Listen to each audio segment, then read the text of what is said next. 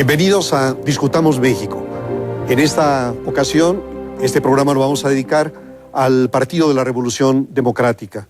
Hay que decir que lo que hoy es el PRD, la tercera fuerza política nacional, es también el partido que ha contribuido de una manera muy importante, muy decisiva, a la alternancia política en nuestro país, a la transformación democrática, pero que desde luego lo que es el PRD no se explica sino en función de una larga historia de la izquierda mexicana, una historia de avances, de retrocesos, de conflictos, de crisis que finalmente llevan a constituir al Partido de la Revolución Democrática como la fuerza partidista más importante de la izquierda a lo largo de toda su historia. ¿Cuáles son las condiciones sociales, políticas, económicas en las cuales se dan estos ejercicios que son los antecedentes inmediatos del Partido de la Revolución Democrática? Bueno, desde mi perspectiva eran dos grandes asuntos.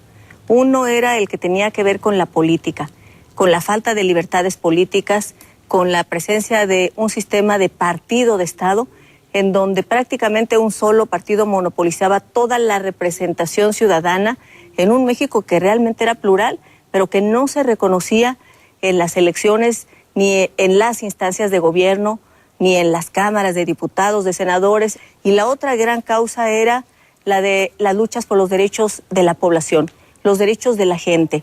Eso era lo que motivaba en cada momento sucesivamente el impulso, la formación, el anhelo de constituirse para cambiar la realidad de quienes estaban en la izquierda y quienes formamos parte de la izquierda, miles de hombres y de mujeres que pusieron en el centro, bueno, el antecedente de los años 60 son las grandes movilizaciones de los ferrocarrileros con Valentín Campa, de los maestros, de los médicos. En el 68 el movimiento estudiantil, que lo que pedían era diálogo con el presidente. Y luego, después de eso, el movimiento guerrillero, que es resultado de la gran opresión política. Y finalmente, en esta sucesión de alianzas que se conforman y de nuevos partidos, el intento de tener una fuerza política que influyera en el rumbo del país, que realmente pudiera cambiar las cosas, que no fuera testimonial. La corriente democrática, si no bien su fuerza es en número, tiene una voz dentro del sistema político. Y esta voz principalmente es marcar una distancia con las prácticas en el ejercicio del poder del presidente de la República. Esta voz de la corriente democrática permite que la sucesión del 88 tenga un matiz único para ese momento.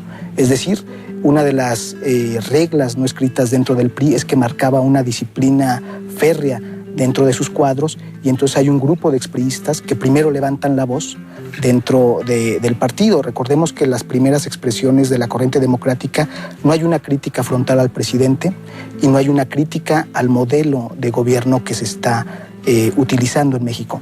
Es la presión de la sucesión presidencial la que los va llevando a esta vía de levantar más la voz y de tomar finalmente la salida. Básicamente diciendo que el proceso de sucesión, como bien lo mencionas, es cerrado y que hay otras formas de participar. Entonces creo que hay una expresión muy importante respecto al discurso que maneja la corriente democrática en ese momento y que posteriormente va a encontrar un eco en las fuerzas que vienen de la izquierda política que va a favorecer la creación del Frente Democrático Nacional. No se explica el 2000 en la alternancia política en el país, ni se explica 97 cuando el PRI pierde la Cámara de Diputados, ni se explica lo que pasó con López Obrador en 2006, si no entendemos qué pasó en 1988. Ya había habido disputas que la izquierda había transitado por la vía electoral, aún sin registro electoral. Pero la izquierda era una izquierda que andaba entre el 5 y el 7% de los votos en conjunto. Una izquierda dividida, atomizada, con varias siglas, con varios agrupamientos. Pero es en 87-88, cuando viene una ruptura de proporciones mayores en el PRI, con Cuauhtémoc Cárdenas a la cabeza.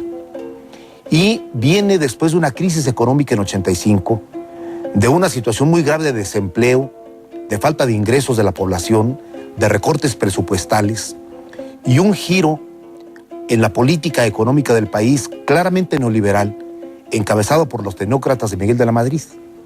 Cuando impone a Carlos Salinas como cabeza de este grupo tecnócrata, viene el rompimiento popular por el lado del PRI, que se encuentra con la izquierda, que venía de un proceso de unificación desde 81-85.